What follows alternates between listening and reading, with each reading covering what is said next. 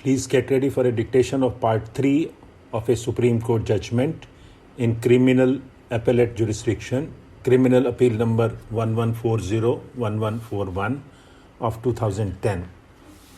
5 seconds. Start.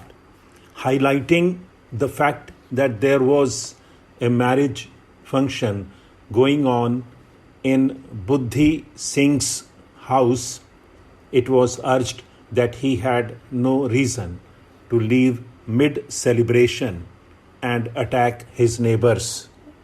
Doubt was also cast on the actual spot of the incident, contending that PW16 ASI Jesse Ram had deposed that there was a blood trail outside the house.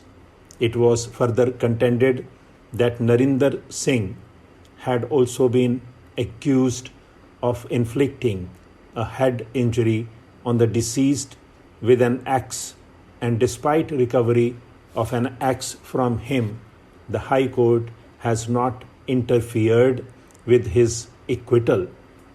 Suspicion was cast on the actual time of lodging the FIR, as PW11 Meera Devi had stated in her cross-examination that the police arrived at 8 to 9 a.m. in the morning. It was then asserted that the police could not have arrived before the FIR had been lodged.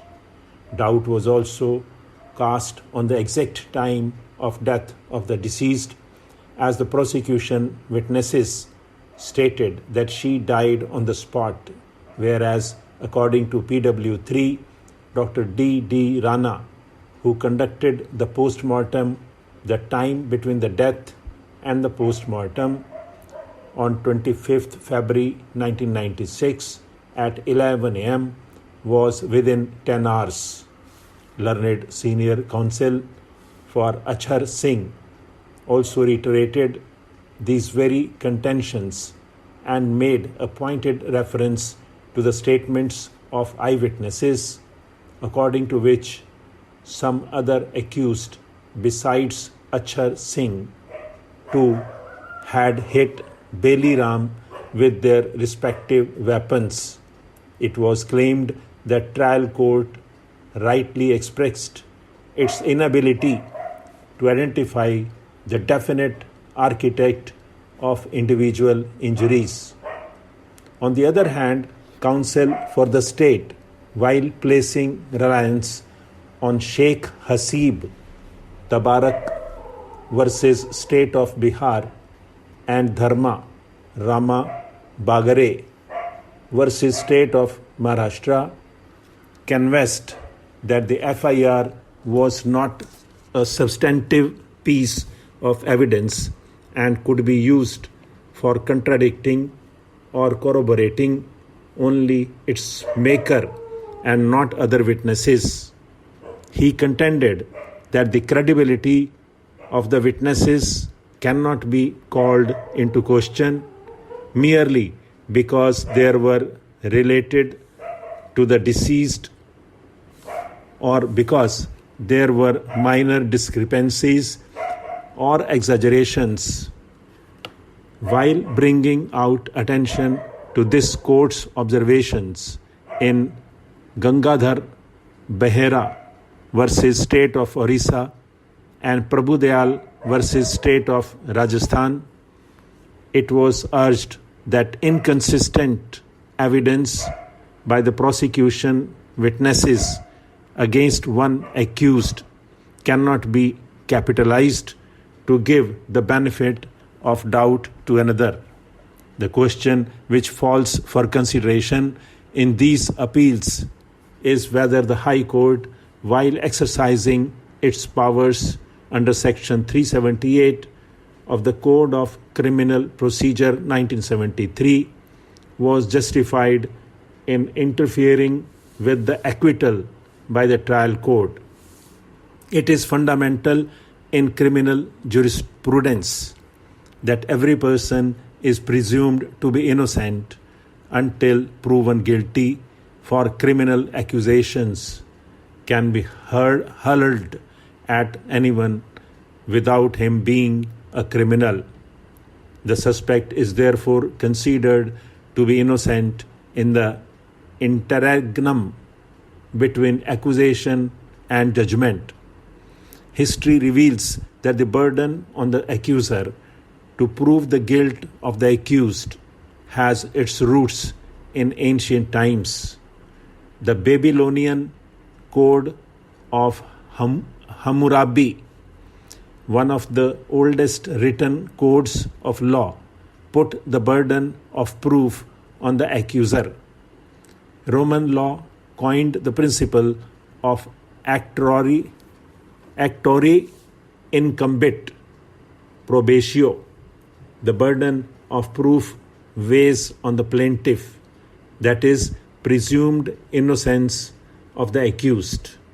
In Woolmington versus Director of Public Prosecutions, the House of Lords held that the duty of the prosecution to prove the prisoner's guilt was the golden thread throughout the web of English criminal law.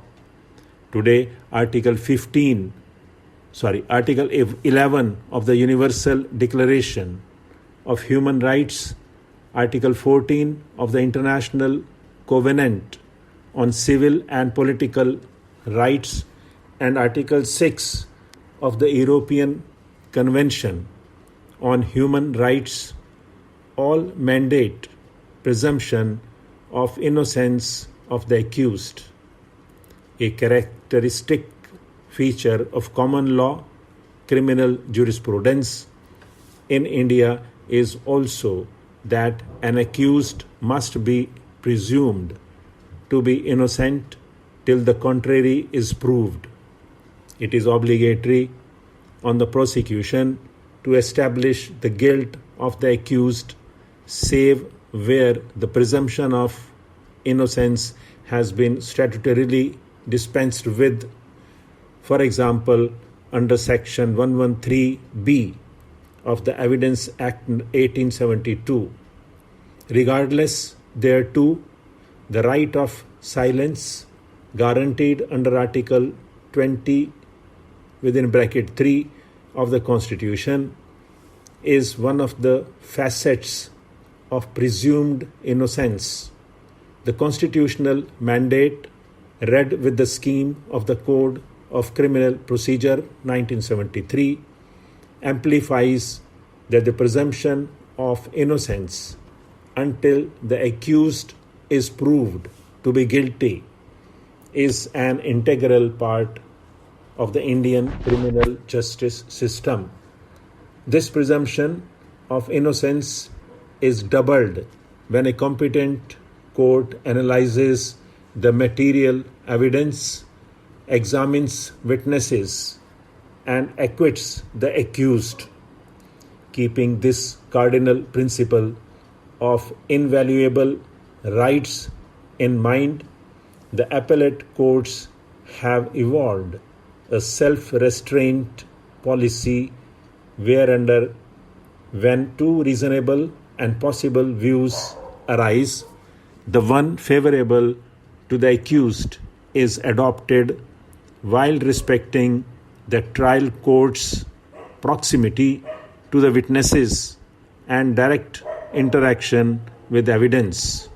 In such cases, interference is not thrusted unless perversity is detected in the decision-making process.